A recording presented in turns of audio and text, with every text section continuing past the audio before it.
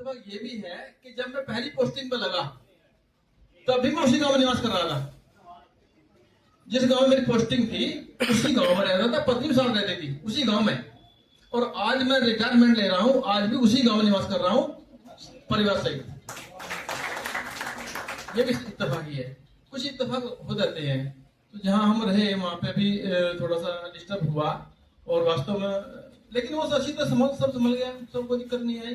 बाद में एक उतार चढ़ाव होते रहते हैं, आपस में भी हुआ, मन मुटाव भी हुए, हमारे साथियों से भी हुए, एक छोटा झगड़ा भी पीछे लग गया, मुकदमा भी हुआ, लेकिन वो सब निपट गए हैं, सब ठीक ठाक, कोई दिक्कत नहीं है। ऊपर हमारे शक्ति सुन दी है मुझे, ये थोड़ा धार्मिक भी हूँ, इसमें कोई शक नहीं है।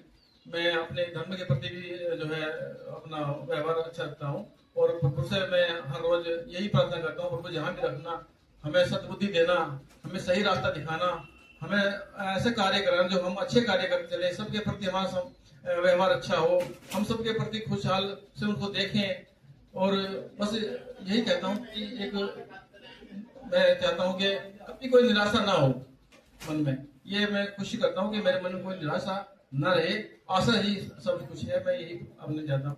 अच्छा, एक और भी मैं अपना कहना चाहूंगा। अभी थोड़ा सा मुझे आपको पता भी है कि मैं थोड़ा कभी कभी लिख भी लेता हूँ, कुछ लिखने का शौक भी मुझे थोड़ा थोड़ा है। मैं कॉलेज से टाइम तक था, लेकिन क्योंकि सर्विस इस तरह की थी, इसमें इतना व्यस्त रहे, कुछ भी नहीं लिख पाए, एक कविता भी नहीं लिख पाए। लेकिन उससे पहले मैं थोड़ा सा कभी लिख देता था, वो तो कविताएं मेरी कोई मैंने प्रति तो नहीं लिखी, लेकिन कभी कभी लिख लिया और वो कहीं डाल दी, ऐसे पढ़े। अभी एक इत्तेफाक मेरे जीवन में आया कि करीब 6 महीने पहले मेरी आंख में चोट लग गई। और जब आंख में चोट लग गई तो हुआ क्या, मैं हॉस्पिटल भर्ती हो गया, दिल्ली रहा, छुट्टी भी रहा। तो एक टेंशन मुक्त, देखो चोट लगी हुई थी लेकिन एक टेंशन मुक्त जीवन भी वहां मुझे मिला थोड़ा सा।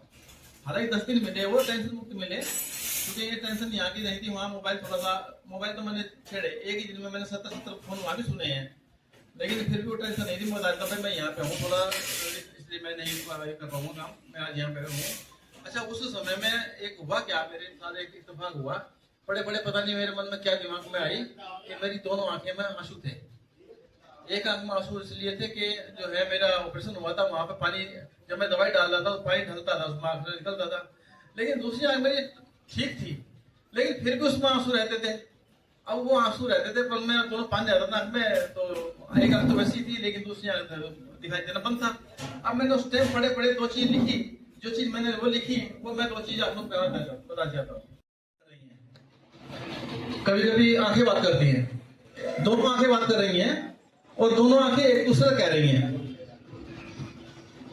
ठीक है। तो मैंने आंख से पूछा कि तुम्हें क्या दिक्कत है, तुम क्यों रो रही हो, तुम्हें तो दांत भी नहीं है, चोट तो दूसरी आंख में है भाई, ऑपरेशन दूसरी आंख का हुआ है, तुम क्यों रो रही हो। तो वो कहती है आंख मुझे कि सुन बाबू नैना, सुनते रहना मेरी मर्म कहानी, सुन बाबू नैना सुनते रहना मेरी मर्म कहानी, मेरा सीना क्यों भीगा है, क्यों निकला है पानी। मैं तो देखूं ये ना देखे, दुख मुझे है भारी, हम दोनों प्यारी बहना है, मुझको जान से प्यारी। साथ हम बड़े हुए और साथ हम खेले, साथ हम बड़े हुए हैं, साथ हम खेले, इस दुनिया में देखे हमने हंसी खुशी के मेले, जब भी इसको दुख होता है मैं भी दुखी होती हूँ, इसको कोई आभास न हो बस चुपके रोती हूँ, सुनाऊं बाबू नैना तुमको मर्म कहानी, मेरा सीना क्यों भीगा है, क्यों निकला है पानी।